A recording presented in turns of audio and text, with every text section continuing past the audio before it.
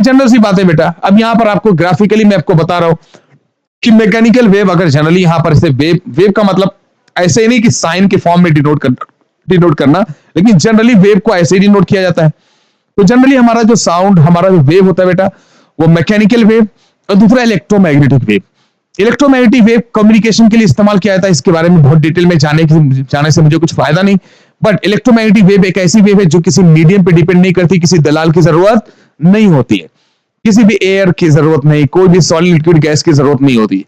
अब उसका सबसे बेस्ट एग्जांपल है आपका जो सनलाइट आप तक आ रही है बेटा, वो सब इलेक्ट्रोमैग्नेटिक वेव है। उसके अंदर इलेक्ट्रिसिटी एंड मैग्नेटिक फील्ड होता है, electric field and magnetic field होता है, दोनों आपस में परपेंडिकुलर होते हैं। अब ये इसके बारे में बहुत ज्यादा डिटेल में टाइम पास करने से कोई फायदा नहीं।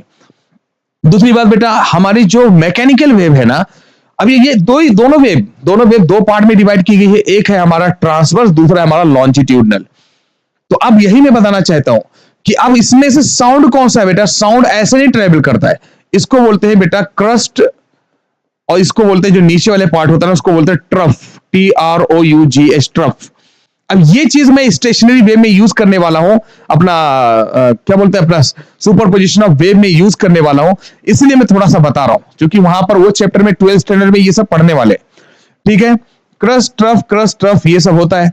बट जनरली जो हमारा जो साउंड होता है बेटा, वो होता है लॉन्जिट्यूडनल वेव। अब देखो ना, कहीं पे क्या होता है, कहीं पे कंप्रेस है, और कहीं पे दूर दूर है तो क्या है, रेयरफैक्शन। फिर कहीं पे नजदीक है तो क्या हुआ, कंप्रेस।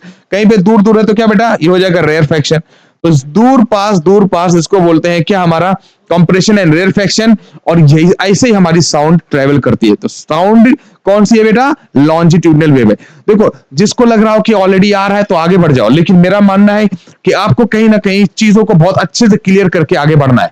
ठीक है, ये मैं पूरा कॉन्सेप्ट बताने के बाद क्वेश्चंस बताने वाला हूं, बट बेटा हर चीज यहां पर बहुत क्लियर करने वाला हूं, टाइम पास नहीं करेंगे। दूसरी बात, अगर वेव को मैं देखूं तो मैंने बताया कि वेव दो तरीके से जनरली हो सकती है। एक प्रोग्रेसिव वेव होती है, जस्ट आगे बढ़ती जाए, और दूसरी होती है स्टेशनरी वेव। स्टेशनरी वेव मतलब हमारा अगर गिटार के अंदर ले लो, हारमोनियम के अंदर ले लो, जनरली वहां पे क्या होता है, एक वेव का एक लिमिट होता है। यहां से मारते हैं, यहां जाएगा, लूप बनेगा, इसकी वजह से आवाज आती है, अलग अलग लूप बनेगा, अलग अलग आवाज आएगी। तो ये नेक्स्ट चैप्टर में ऑलरेडी पढ़ने वाले stationary wave, don't worry, but मैं आपको समझा रहा हूं कि दो तरीके से वेव होगी, एक होगा प्रोग्रेसिव, दूसरा होगा हमारा स्टेशनरी वेव। ठीक है, अब उसके बाद आता है बेटा third part, important terms related to wave. तो वेव से रिलेटेड क्या क्या चीजें होता है, तो सबसे पहली बात याद रखना, एम्पलीट्यूड होता है बेटा, maximum displacement from the mean position. तो वेव से रिलेटेड सबसे पहले पार्ट क्या है, एम्पलीट्यूड। ठीक है,